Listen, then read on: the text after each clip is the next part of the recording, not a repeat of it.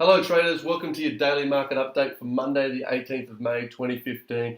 It's the start of a new week, but one that follows on from last week's continual falls of the US dollar. The US dollar is falling on the back of the delivery of weak data one after another, and the disappointment is associated with the interest rates, as this interest rate will not be looking to lift off or rise in the near future if the data doesn't start to pick up. We've seen a drop in consumer sentiment, retail sales, and sure, we're getting much better jobs data, but that isn't relaying into higher wage growth, people spending more money, and inflation looking like picking up. So there's no need for the Fed to raise rates while those conditions remain. So we really need to start to see the economic data improve, otherwise the US dollar sell-off isn't done just yet. We don't have any major US dollar data tonight except for maybe Fed Evans' speech coming out in an hour or so, but that will be a short-lived commentary, and the market, I'm sure, will still dominate on the back of the weak data that was left with us on Friday. So right now the US dollar is in focus, and the other markets have rallied considerably against the US dollar, and we'll look at those very shortly as they are approaching some major resistance areas and some areas to watch. But for tonight, we don't have a lot on the docket, as you can see. We've got some retail sales for the Swiss, and other than that, it's quite bare. But tomorrow, we do have the RBA meeting, and that's going to be important for the Australian dollar, as it's going to explain any future indications for the interest rate policy for the Australian economy, and it will affect the Australian dollar greatly. If we see any indication that they're not looking to cut rates anytime soon, we should see the Australian dollar rally, especially against this weak US dollar. And the market will be keeping an eye on the tone and trying to pick apart any indications and clues there. We also have inflation expectations for New Zealand, and that will affect the New Zealand dollar shortly after. So keep an eye on that before we move into the European session, which I'll discuss tomorrow.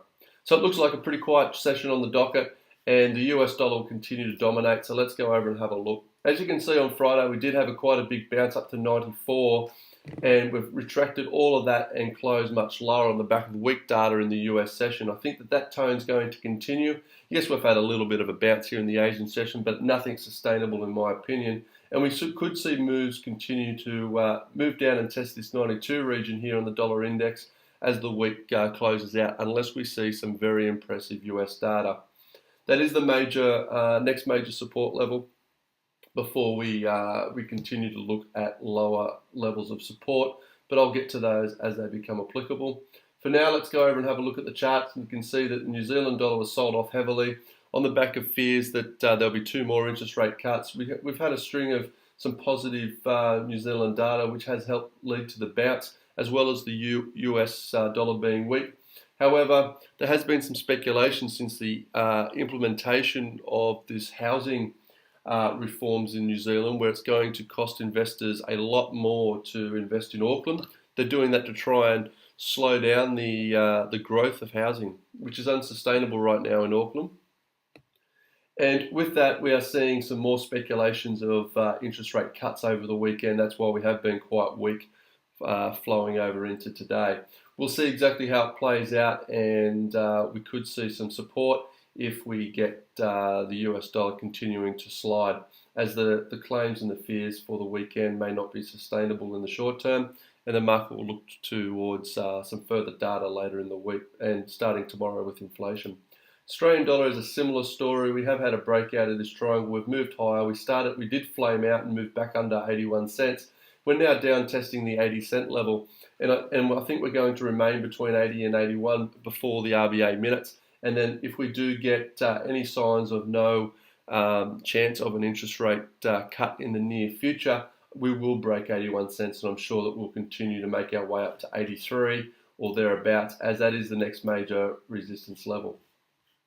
The Great British Pound on the daily chart, you can see, has had a very impressive rally after it bounced off the 100-day moving average, and we are definitely in an uptrend. However, it seems to have stalled at $1.58, and we have concluded in an engulfing bear candle formation on Friday.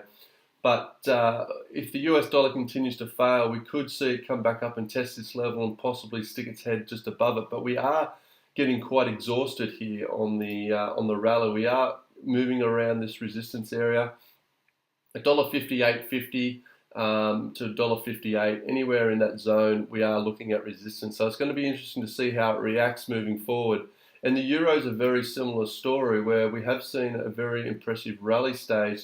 And I think $1.15 is going to, or $1.15, $1.1550 is going to top out some resistance levels there after what's been a pretty impressive rally. But once again, if the US dollar continues to fall, those levels could be broken and sustainably held above, as the US dollar pressure may not let up unless we do see an improving data. But this W pattern formation on the long term, as you can see, has been completed, and it is an impressive foundation for the euro. So we'll wait and see what happens with the US dollar moving forward. The US dollar versus the Canadian dollar, we did see a little bit of a bounce on the back of stronger oil prices. Weaker oil prices, and the US dollar, although it being weak, this here is starting to consolidate around these regions, and the US dollar and oil prices moving forward will dictate the future of this pair.